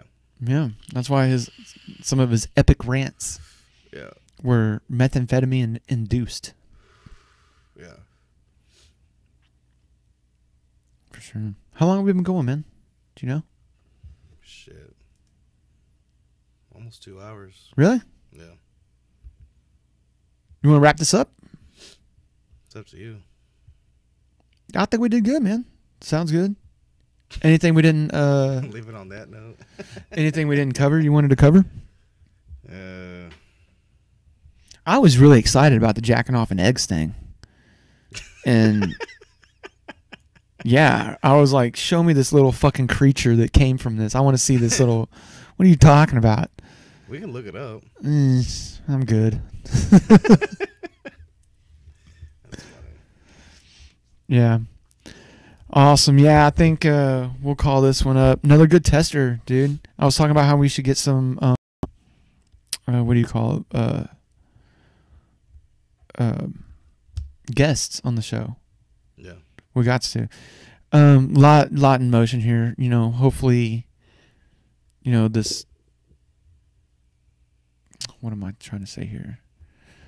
You know,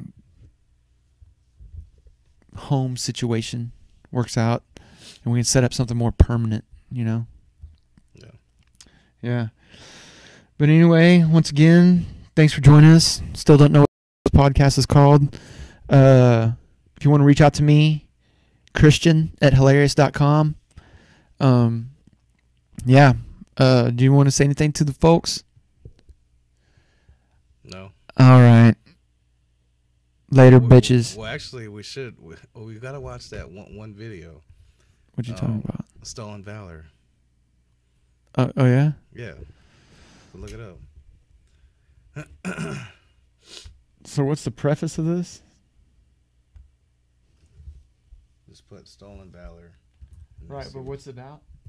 It's about basically how, you know, people will buy like, you know, military uniforms, and then try to get discounts. You know, they're basically trying to scam, get money, benefits and shit by saying that they're veterans when they're really not.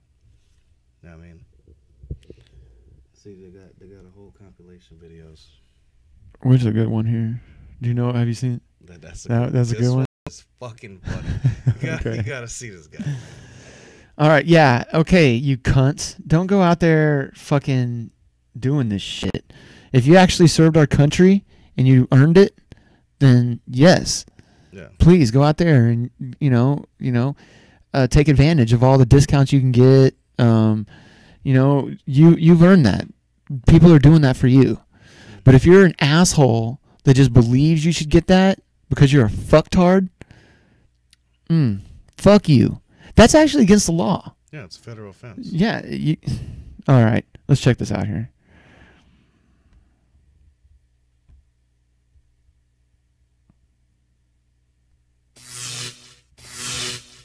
When he did it the first time, it was fine. That was cool. Then he wants to come out and walk back to the car. So what's happening here? I did not yell at him. I just tried to notify the sergeant here.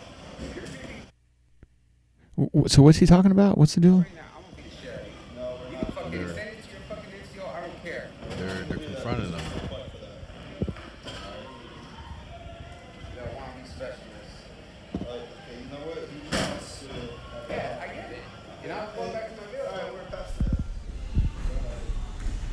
So wait, they caught him? He's faking it? Yeah.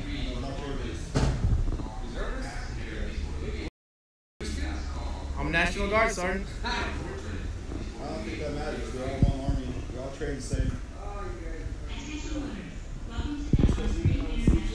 Yeah, I see this a lot of the Army guys. The Army guys be checking each other and shit. For some reason, every time I drop the Air Force, they shut the fuck up. They're like, Dude, I couldn't make it in that one. So I don't know what was going on there. Okay. Improper way to be wearing a uniform. Got your beret on with the flash, no unit crest, no nothing on it. Your French Wait, he's fucking with this old man? No, I'm not okay with that. He's I'm not taking pictures, I'm taking video. Just listen. This is going on Stolen Valor. You know it's a federal crime, right? Yeah, it is. But I ain't doing this for prove that I'm in the Army. So What are you doing it for? You got a VA card? man, get me off video. Hold on, check it out. I want to see if you got one of these. Because it's old and young. It's all age groups. See right there? Department of Veteran Affairs, U.S. Veteran, Alpha Battery, 4320 Field Artillery, 4th Brigade Combat Team, 101st Airborne Division. But the thing, like, just let the old man shop. You're disrespected. Man, fuck him. You know? Happy Thanksgiving. I mean, Yeah, on Thanksgiving? On fucking Thanksgiving, too? Are you kidding me? Look at this guy. Look at this guy. Yeah, hang on. No, that was... Dude, really? Hey, man. Look. I mean, but... There's a... I get what you're saying. Here's my I get what you're thing, saying. dude. We fucking do that job so people can be fucking morons like that. That's the reason we do the job. It's you don't have a problem with people doing that then? not then. Not that one. Not that one. Oh, it's because he's old. Well, no, he wasn't demanding any kind of discounts. He was fucking shopping, and it was Thanksgiving. What does that mean? You're gonna check an old dude on Thanksgiving like that? Hey man, anybody can get it, right? Oh man, fuck that guy, dude. Seriously, that dude was being fuck him. Like, look, I get it. I understand, but don't. No, that was not the situation to do that. That dude was not being an asshole. He's like, who knows? Maybe he's a fan of Army people, and he wants to wear the Army uniform look like, and he got it at a fucking thrift store or some shit. And he's like, damn, this is pimp. What? It's only $8? Fuck yeah, I'm buying this shit. But see, the thing is, man, it's like they always say, you know, when you watch enough of those, there's people who served, like you. Shout out to Mitch, too. Yeah. Thank you, Mitch. But when you got people who are doing that, that's kind of disrespectful. But what was the old man doing? Doesn't matter, man. He stepped out of his house and was wearing a uniform. No. You know now you're starting to sell. Now, how many times? I'm just saying. How many times have you seen? You can even go into Spencer's. Spencer's, you know what I'm talking about? That little gag shop. Yeah. It has a bunch of cool psychedelic shit in there. You can actually buy camouflage clothes. Yeah. That's the same pattern that's on a military uniform. All right. Well, here's another thing. Okay. Are you familiar with that show, Sons of Anarchy? Yeah. So, it's based on a fictional motorcycle club, Gang. right? Yeah. So, these dumbasses, and like I said, I'm a fan of the show, right? But you don't see my ass fucking buying a goddamn fucking Sons of Anarchy vest with a bottom and top rocker saying this from California and shit. Because you know why? It's stupid. Because you talking about the fans of the show and shit? Yeah. I'm dead serious. These fucking dumbasses are buying vests that real bikers. Not only are they buying those vests, then they go out and buy a fucking Harley. Yeah, that's what I'm saying. And okay, fine. You shouldn't have did it to the old man in that video, but some people take that shit serious. Yeah. And he is taking that chance of. But the problem was he said he accused him of stolen valor, and the dude was not stealing valor. He wasn't doing that. Well, you're not supposed to wear it, period. No, I think this was a complete misjudgment of a guy's what he felt like wearing. Like, but that's what I'm saying. I agree with you, but the thing is, there's people out there that ain't gonna agree like that guy. Look, there was one time I went out on it was Halloween, and there was two guys that were wearing officers' uniforms. Yeah. And I must have been drunk or something. I don't know, but I questioned them. Yeah. I was like, no, I don't think I questioned them. I think we got in a conversation. Yeah. And then through the conversation, I figured out, wait, you motherfuckers ain't in the military. Yeah. And I was like, you know, y'all can't wear that. I was like, that's a federal crime, man. Yeah. And then they're like, oh, shut the fuck up. They got it on me. Yeah. And I was kind of like, yeah, okay, yeah. I mean, we're at a Halloween party. We're supposed to be having fun. Supposed to be drinking, having a good time. Well, that's different. That's Halloween. Why am I worried about that? That dude was fucking shopping. He was getting his fucking beanie weenies, man, for Thanksgiving. And he was alone on Thanksgiving. And this dude just, man, fuck that guy. Yeah, he was being a super cunt right then. I get it. This is going on stolen valor right here. Yeah. Dude, hey, man. I would have slapped the shit out of that guy.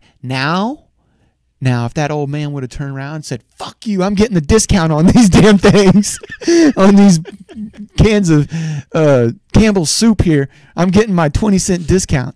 Fuck you. But for all you know, maybe that's what he was going to do. Go to the register. That's and play the card. Got to be objective, son. Play the card that, hey, I'm an old guy, and I'm a veteran, and let me get my discount. Like, I mean, I'll be honest. I was working at a fucking retail store, and this guy fucking, It was a discount retail store on top of that. Mm-hmm. And he comes up in there and tells me, I need a veteran's discount. I'm like, we don't do that. Everything's discounted here, dude. What was the dollar store you said? It was a thrift store. This fucking guy had a nerve to tell me I need a military discount at a thrift store. Boy, Goodwill, baby. Okay, but hold on. Let me just throw it in there. Some states do it, okay, but not Texas. Well, at least not Austin. But come on, man, this is not fucking. This is not the mall. This isn't Chick-fil-A. This is a fucking thrift store. Yeah, everything's discounted. But he didn't have ID. He didn't have veteran. He didn't have none of that shit. Right. Come to figure out, we already figured out he was pulling a scam. Yeah. You know what I mean? Man, that dude kind of pissed me off right there. Fuck that guy. Well, there's another one. You gotta keep watching it. All Man. right. Since when did you serve in the military, in the Marine Corps?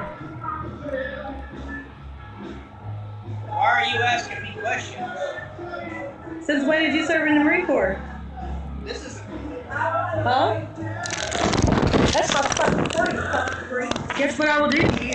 You ain't on your shit. Fucking fake ass fucking somebody with a fucking colonel patch on it. Once again, let's go to that last one with that girl. Like, that dude was just chilling. He wasn't fucking. She walked up behind him with a goddamn phone, and like, so since when did you serve in the military? He was like, what the hell?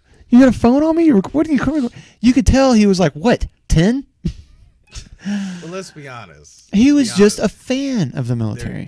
Okay, that's fair. But I can go out in Walmart and buy a fucking army shirt and some camos. But you don't see me with the fucking, You're tall, dude. Hang on. Look, doing this at the end of the fucking podcast. How professional am I?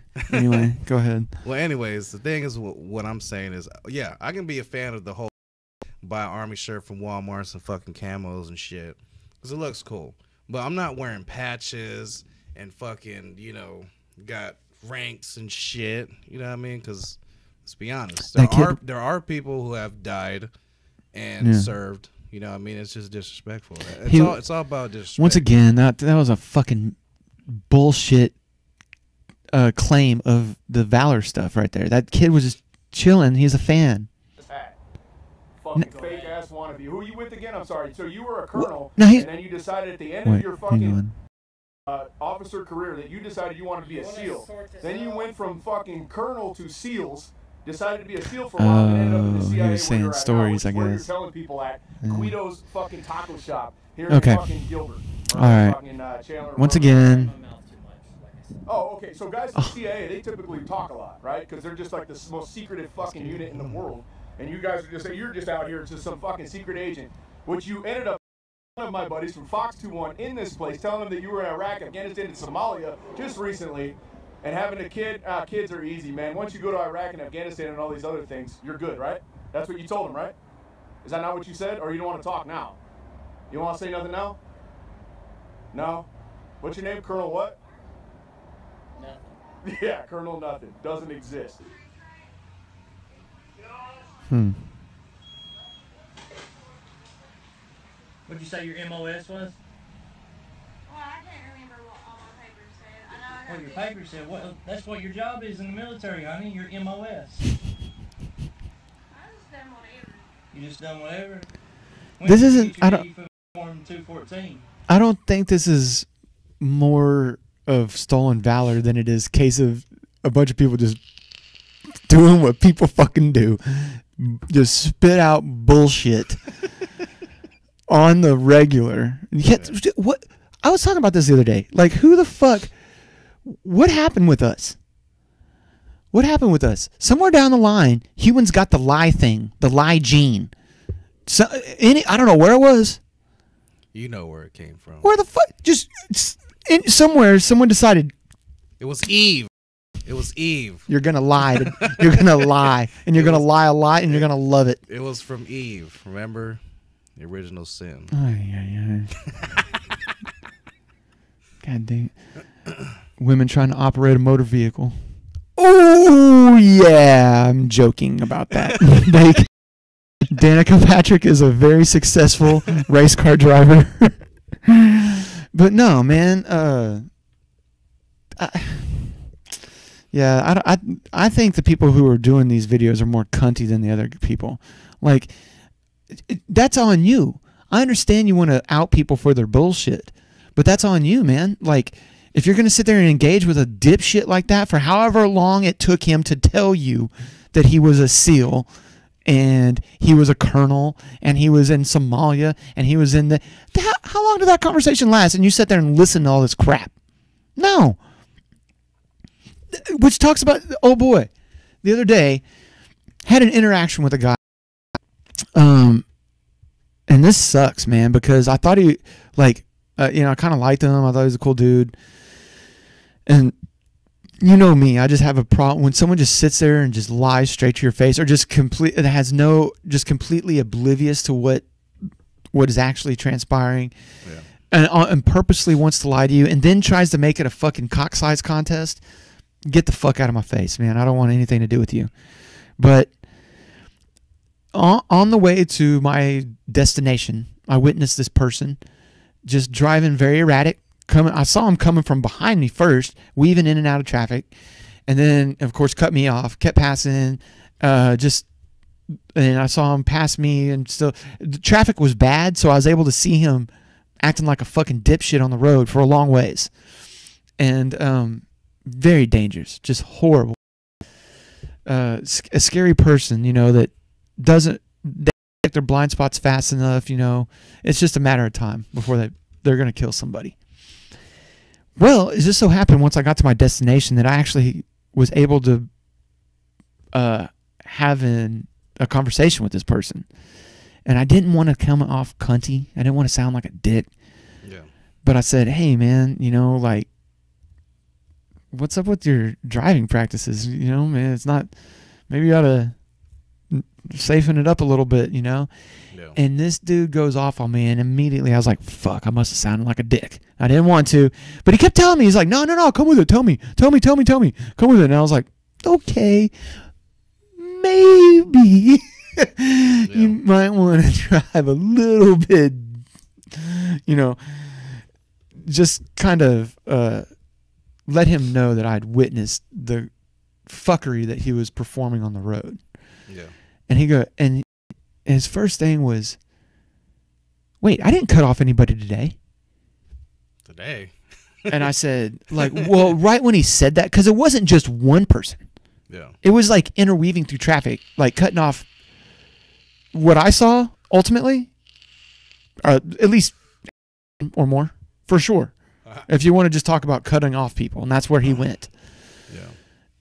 Not even the excessive speed, following too closely, running lights, like I say, changing lanes erratically. It was fucking nuts. Scared the shit out of me. I said, you're driving something that it's a fucking weapon. It can kill people. Yeah. And he was like, what are you talking about? What's dangerous to you? And I was like, 300 horsepower.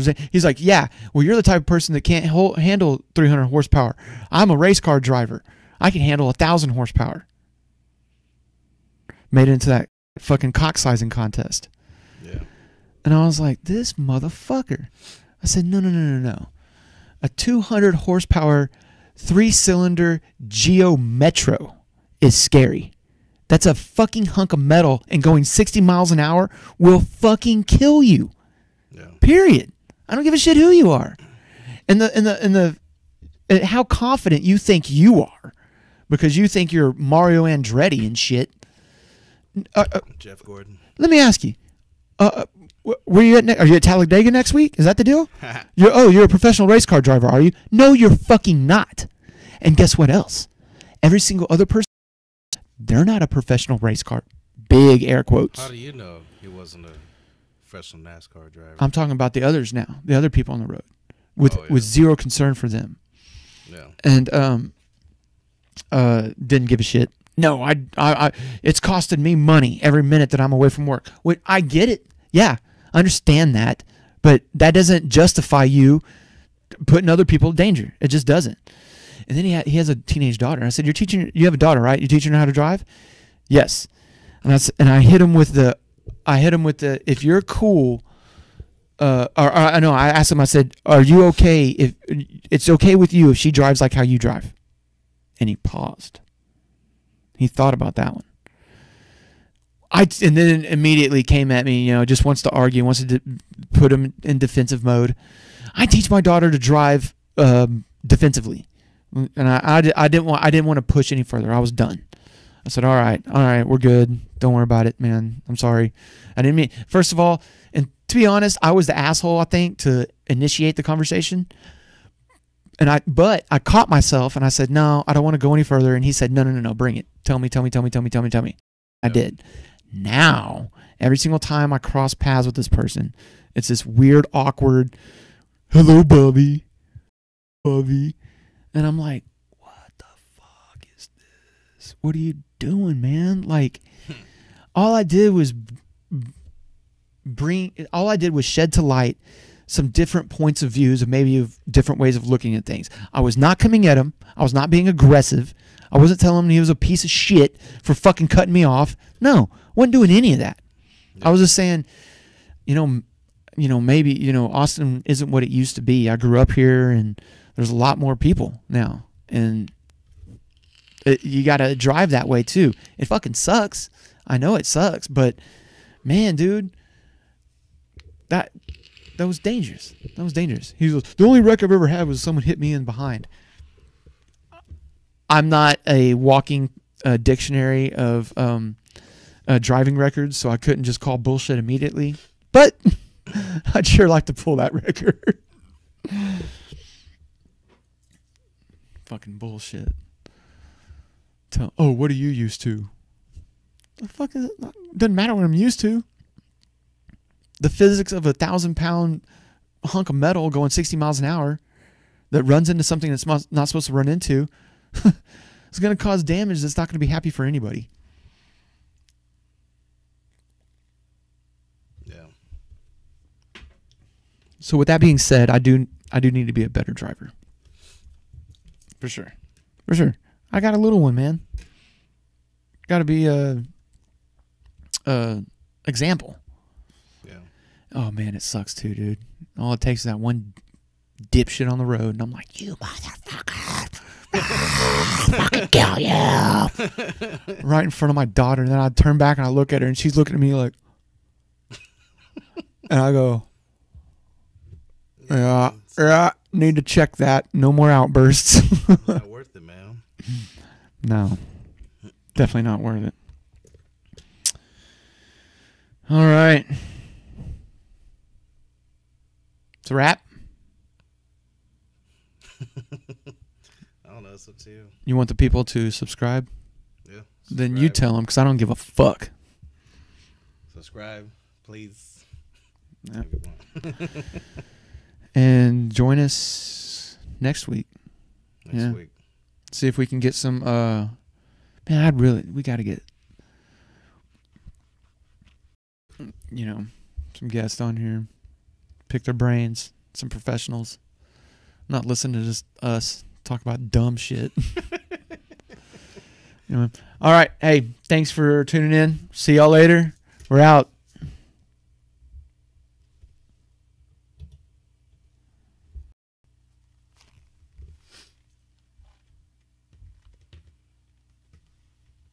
Man, it's hot, dude. In here? Yeah, it's hot in here. You're not hot?